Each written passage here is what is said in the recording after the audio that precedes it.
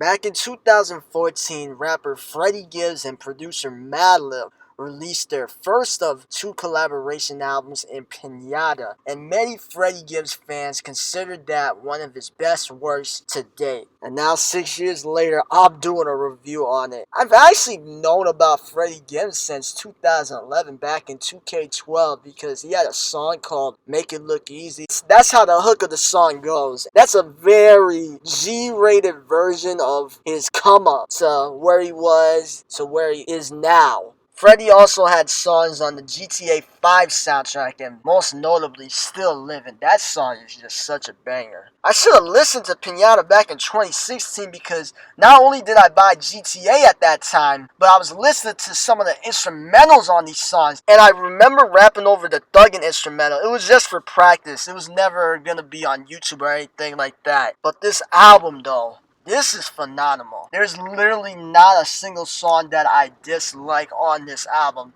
Many of these songs are A-tier songs, if not all of them. Even my least favorite song, if I had to pick one, it's not even that I dislike it, it's just that I don't like it as much compared to the others. Bomb. That's still a pretty good song. On a trash album, that would probably be the best song by a mile. Much of the lyrical content on Piñata consists of Freddie Gibbs' street lifestyle, which includes drug dealing, hidden licks, murder, things of that nature. And his lyrics are not surface level. A mainstream rapper such as Young Thug, he'll talk about, oh, I kill people, or I caught a body, I hit a lick, I drug deal, or whatever he may say. But he doesn't go deeper than that. Freddie Gibbs offers some more introspective lines about the street life, and here are some lyrics that demonstrate that. On the closing line of Bomb, he says, eventually the penitentiary gonna see me later. Kissed my mama, told her if I die, then it was part of nature. On Shitsville, there was a couple bars that stood out to me in the song. He does a nice job transitioning into the closing lines of the first verse. And he talks about 1995 and 1996 and what his life was like back then.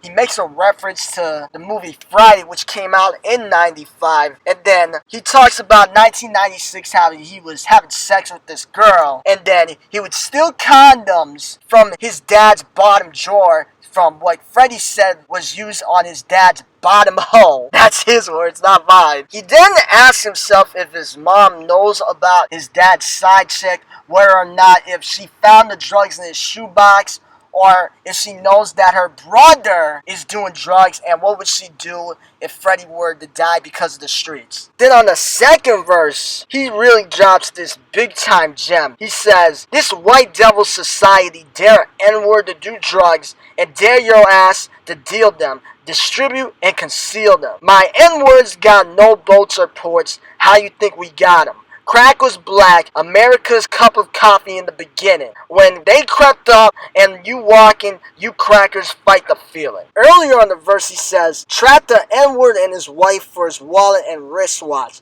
And they say I might do life in jail for kidnap, bitch. I do not give a single solitary fuck. Which connects with the final lines of the first verse where he talks about being knee-deep in the streets if he died. Aside from Freddie's lyrics, the instrumental complements what he's saying and his cadence and tone of voice really well on the song. For me, it perfectly represents the harsh realities of Freddie's lifestyle. Freddie Gibbs and Madlib as a combo is just so consistent. They're like Kobe and Shaq. Because you can't defiantly say one guy needs more than the other. They need each other equally. It's evident on a song like Deeper as Freddie sounds that he's mad or salty about this girl he talks about. And the instrumental adds more emotion to it, as I feel that it shows Freddie's deeper feelings that he doesn't really want to reveal on the record when he's rapping. He just sounds so smooth on these Madlib beats. And even when there's a rapper feature on it, he always seems to be the guy that outshines everyone else. My top 3 songs on Piñata have to be Deeper, Broken, and Lakers. Now with Deeper, besides from what I already said about it, the storytelling on this is great.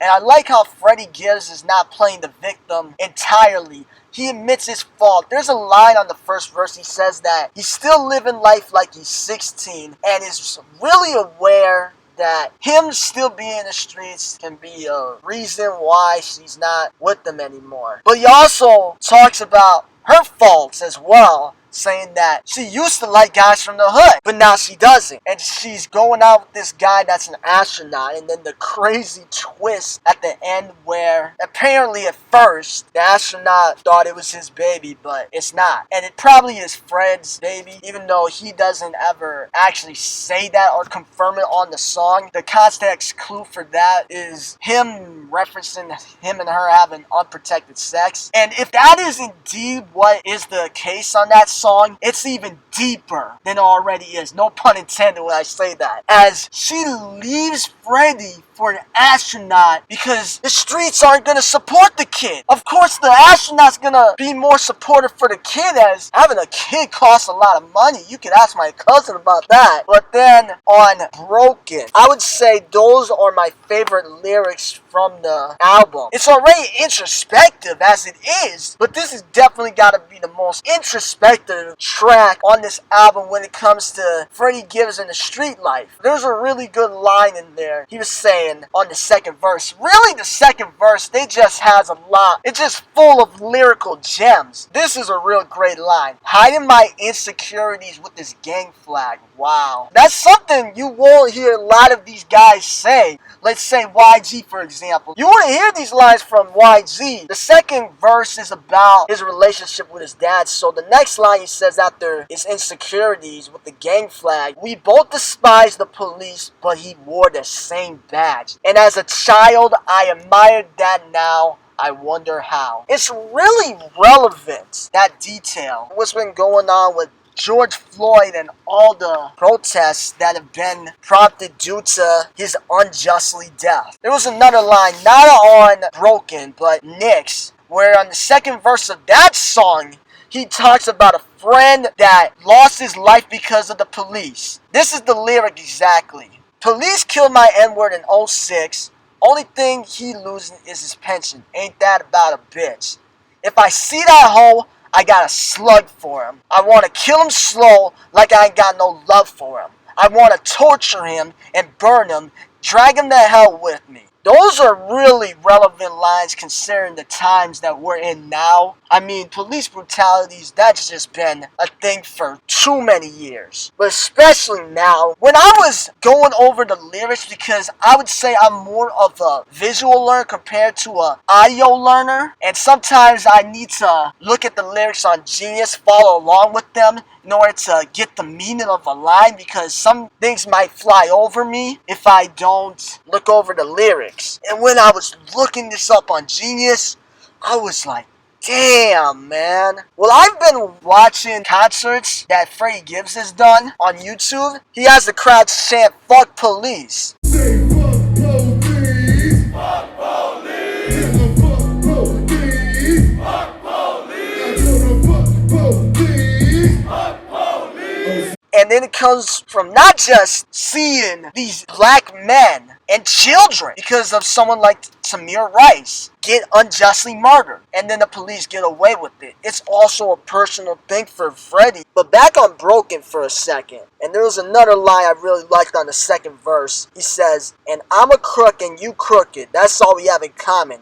He chucked the deuce to my mama, so much for family bonding. Broken is just filled with quotable lyrics. A consistent theme in Broken is that when you die, all that stuff is irrelevant. So it's crazy they're working themselves like this, even though none of this is gonna matter when they're gone. Scarface also did his thing on the track. My only nitpick are these two lines where he says, sex on the beach sipping Guinness with a bitch so thick she can't take no dick. That really doesn't have much to do with the subject at hand. It doesn't really add anything to the song and to his verse. Now with Lakers, a major reason why it's my favorite song, it features my favorite instrumental and hook on the album. Freddie and Ab-Soul pay homage to their home LA, and to me, Ab-Soul has the most memorable feature on Piñata. Some of my favorite lines on Ab-Soul's verse are, I've seen lost angels, I even found demons. And the closing line, I'm so LA, my dad died on King. Freddie comes through with the best verse of the song to finish it off. I really like the line where he says, repairing the broken dream, that's what LA's about. Plus the closing line, which uses some nice personification where he says, flirting with other places, but this Cali bitch stay on my mind. So this is definitely an album I would recommend, especially if you're one of these people. Fuck Drake, real hip hop, fuck that mainstream shit. But in all seriousness, if you really want something that's different from what typical street rap is, I definitely recommend you to listen to this album because it's not just this surface level street rap. There's more introspection compared to mainstream rappers. Gibbs and Madlib immediately set the tone with their introductory track, Supplier. It's not even a song, but in this skit, I would call it, it gives you an idea on what this next hour of music is going to be like content-wise. Outstanding flows, outstanding production, outstanding lyrics, and that is why I'm going to be giving Piñata a high 9 out of 10. This definitely was the album of the year in 2014 in my opinion, and I feel as though it should be considered a classic. I don't know if it'll ever get that recognition it deserves because there's a lot of politics that go into what's popular and what's not, and especially with the fact that Gibbs dissed Young Jeezy, his former boss, on the song Real. And Freddie Gibbs was saying that he was getting blackballed by the industry, and that might be a major reason why. One last thing I want to mention before I wrap up this review is about Madlib's sampling.